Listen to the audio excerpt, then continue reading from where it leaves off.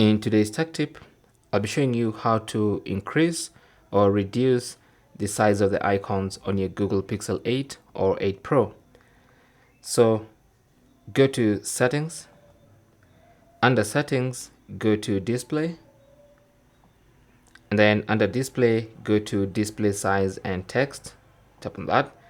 And as you can see, we have display size. So here you can change the size of the display. So either increase by swiping right or reduce by swiping left. That mainly changes the size of the icons and the whole interface at large. So now when you go to the interface, you can see I have bigger icons. I can even increase them all the way to the maximum just to see what it looks like.